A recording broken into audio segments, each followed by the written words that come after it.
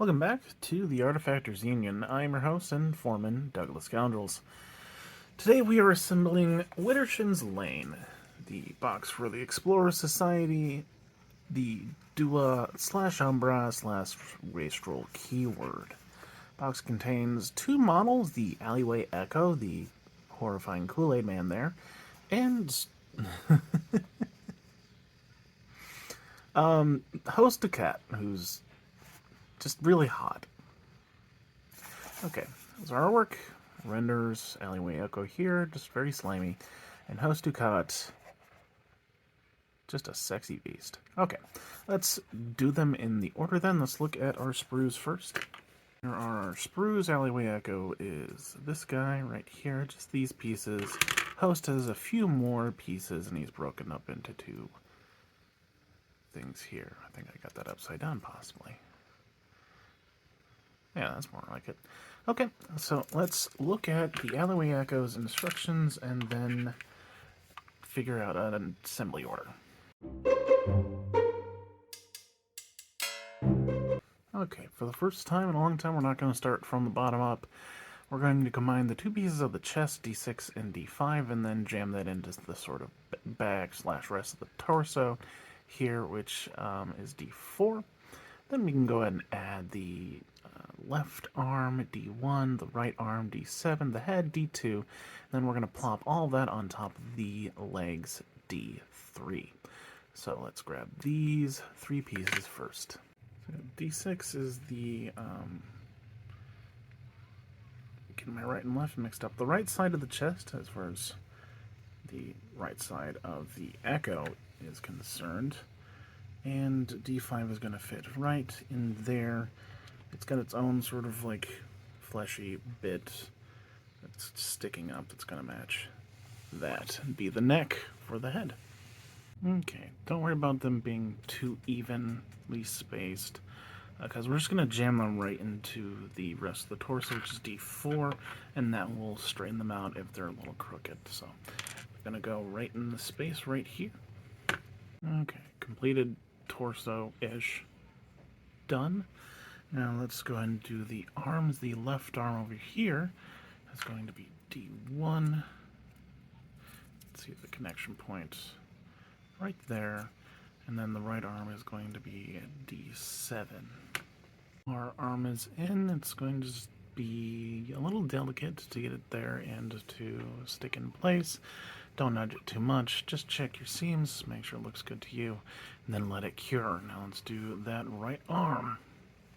Okay, it sort of pops into place.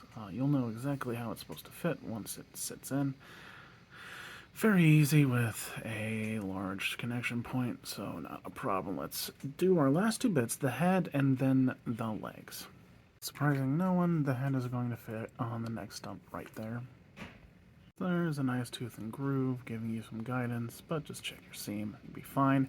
Now the legs, there's a spine attached to it. Spine's going to go right in this hole down there, and then just set them on a base, and you should be able to even it out so that the right hand and the feet are touching the ground at the same time.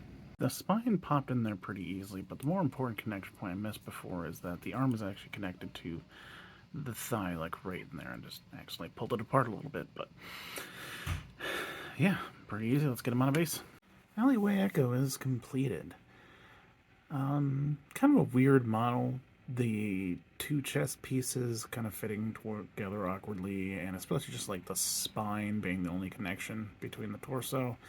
And well, there's the part that the arm glues into there, so can't complain too much. Really figuring out how those legs work, though, was difficult, and slightly less difficult was the elbow of the left arm, but those are my two biggest pain points. Few bits, though, so not a huge headache. Let's move on to the not Kool-Aid guy. Okay, on to host. We're going to build his entire body, and then the whole of the cape, and then attach the cape to the body. So we'll go and start with G1, and G2 the legs. Do G9 the arm, the left arm. For the right arm, we'll grab G5 and G4, combine them together, and then attach them to the body. And then lastly, the head, G3, I guess. Once we're all done with that, grab G8, we'll add G7 and G6 to it, and then attach that to the body. So let's look at the instructions, and then grab G1 and G2. We have a body, now add the legs. Pretty hard to mess up that attachment. Now let's do G9, the left arm, the one not holding the umbrella. Has a small tooth and groove, so not a difficult connection. It will get a little slidey if you're too forceful with it, though. So now we'll set him down, grab the two halves of the umbrella, and one sec. G5 and G4. Here is our first half. And now let's grab the other half of the, it's called a Kaso Obake, that sort of demon umbrella thing. Couldn't tell it's some sort of monster. It's got an arm instead of a... Well, it also has a handle. It's got both. Okay, they're combined.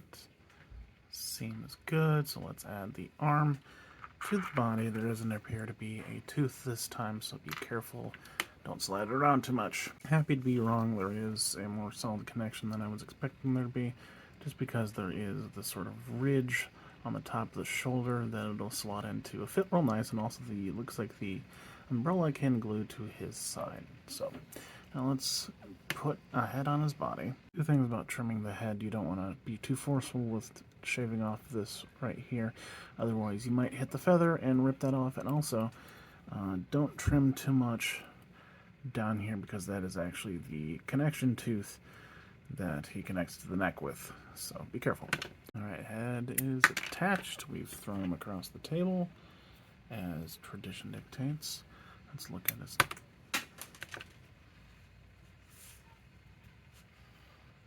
Okay, head is looking good.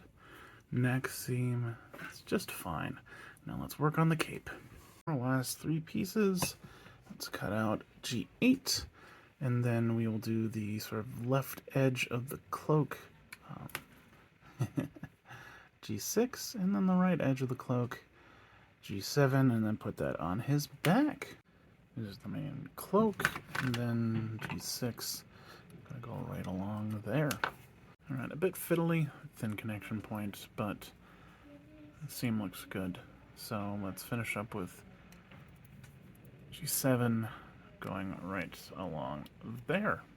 Now this fits in not at all how you would expect, but I mean there's very obvious connection points for it. Just gonna need to be able to do a lot of squishing and make sure you don't put too much pressure on this end over here, otherwise this part's gonna pop up. So we'll let that cure, and then we'll jam it onto the back of our lovely host Ducat. Big connection point is going to be right there, which will correspond with right here on his back. It'll take some filling just to get it to pop on correctly, but point of reference from the back, here, the side, down, you'll be able to figure it out. Especially this part right here that's sort of following the curve of his back. Okay, basin. Host Ducat is done, this sexy, sexy beast. Kind of fiddly for some of his parts, especially that cloak. Really, the right part of the cloak, that sort of fold, was confusing and kind of difficult. And then getting it onto him as well wasn't exactly a piece of cake. Yeah, overall, moderately difficult model, but looks so pretty. Alright, let's look at the whole thing. Widdershins Lane is complete, with Alleyway Echo and Host Ducat being our models in the box. Very pretty or gross and pretty, what have you. Moderate difficulty for both of them, some fiddly parts to them, but they're really nice looking. I really like these models. Hardest part was, the cloak on Host, and then the legs on Alleyway Echo were not exactly easy either, so that's pretty much it for them. I have been your host, Douglas Scoundrels, helping you build a better Malifaux. Have a good night.